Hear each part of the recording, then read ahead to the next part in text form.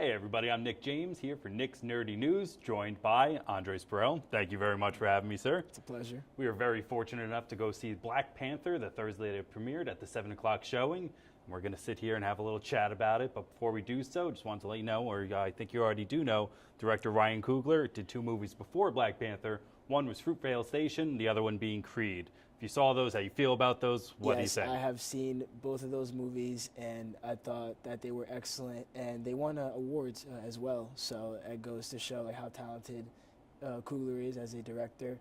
And so when I heard that he was the director for Black Panther, it made me really want to go out and see it that much more.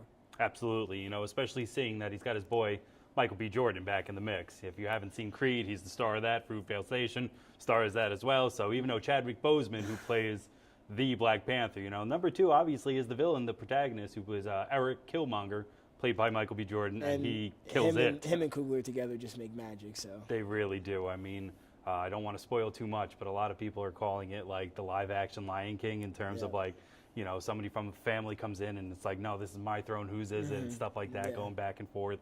Really just awesome. The soundtrack, how'd you dig on that? Oh, the soundtrack was excellent. I mean, that was also a part of the hype when it came to the movie. So I actually was able to listen to it like before the movie came out, and I thought it was excellent. So like to hear like those songs and like when they were used in certain moments of the film just added that much more to the film. It was perfect, yeah, and like kind of like Guardians of the Galaxy is probably the next Marvel film that I think of with the best soundtrack. This, you know, took newer songs and placed them perfectly, just kind of the same way James Gunn did in the old ones. Works really well, and like what you said is builds the hype. These Marvel movies have some steam behind them. It takes a lot to get these things going. They're in 10 years of production, 15 films, more coming out. We got Infinity Wars coming up. To live up to this hype and have it hit it, and not only hit it so hard but so right. It feels great on so many different levels. Absolutely. It made almost 185 million for the opening. It's one of the 5th films to ever do that second weekend. It is going. Number 1.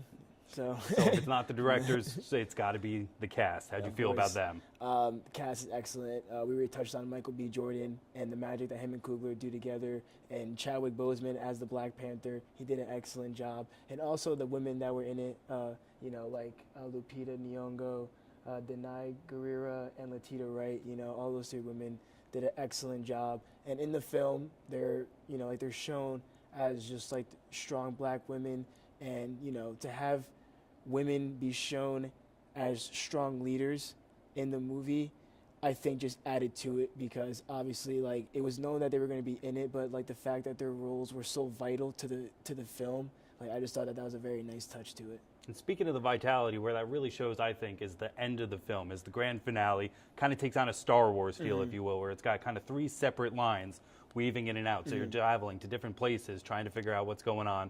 So we were talking about Jordan and Chadwick Boseman are off doing their kind of fight for it, where we have Danai Gurira, who's like the general the whole time, and she's like loves her country, loves her king, and is really forced by duty to kind of go out there and fight, and she's kind of taking care of business, doing her own thing. And then you have Lupita and Latita, and they kind of came together to do their own kind of thing and come at Killmonger from a different area, and they just do it well. The cast is great. And then also like on that scene, you know, it was like all the African tribes that were represented throughout the film. That was like all of them like coming together and then, you know, fighting, and like that was like another nice touch, you know, just staying true to the African roots and just having the representation, of so many tribes. And not only in that final scene, but also in the scene where Chadwick Boseman is proclaimed as the Black Panther, and you see like all the tribes that are there. It's a beautiful upshot. You look up on the waterfall, and they're all excellent. there like, I thought it was so well done. It's so good, and it just drives the story. The story is really, I mean, we have the director, we have the cast, we have the story. All 3 of them work together, intertwined, gave us a great movie. Like literally, like every time people ask me about it, I was like, you know, I'm just like, the storyline is excellent. You know, like the cast did such a good job. The comedy being used, like the fact that it's modern, just added to it. The costumes, just everything about it. Also, like the soundtrack, which we touched on earlier. Like the movie as a whole is just very well done, and it's no reason why, you know, like you can see why it's the #1 movie. And all it's doing is just building steam towards Infinity War. Exactly. May 4th, which I hope we can come back and we'll do another one of these for that. Oh, definitely. As we leave, though, can we Wakanda out? Of course. You want to do it with me? Ready? Yep. Wakanda Wakanda forever. forever. Back to you guys.